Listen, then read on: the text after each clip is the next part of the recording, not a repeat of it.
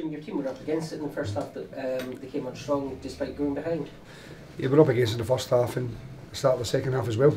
I mean, really, I suppose it was about half an hour, 25 minutes after Peterhead scored, we actually went up a level, and then the tempo, the energy, seemed to find the energy and a spark from somewhere, and determination, and all credit to the players because it was easy to fold at that time, but we didn't.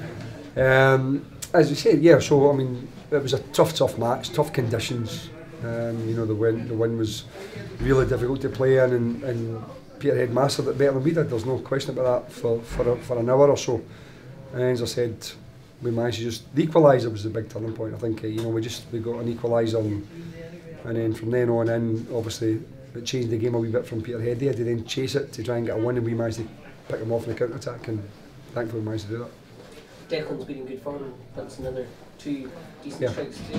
Well, it was two, opportunist efforts. I think that you've got to look at the contribution that Ross Caldwell made, and I think then obviously the second one, Declan sets up one for Ross as well. So it was a good compliment, and we've got options now up front which we maybe didn't have earlier on in the season. And I think even if you're not playing well, if you've got goal scorers in your team, there's always a chance of winning, and thankfully we had that today.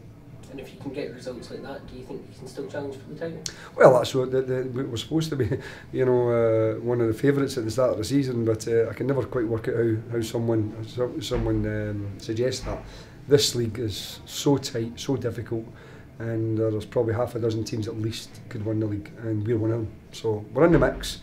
There's a long way to go, but as I said, we're in there challenging, and hopefully we can do that right at the end of the season.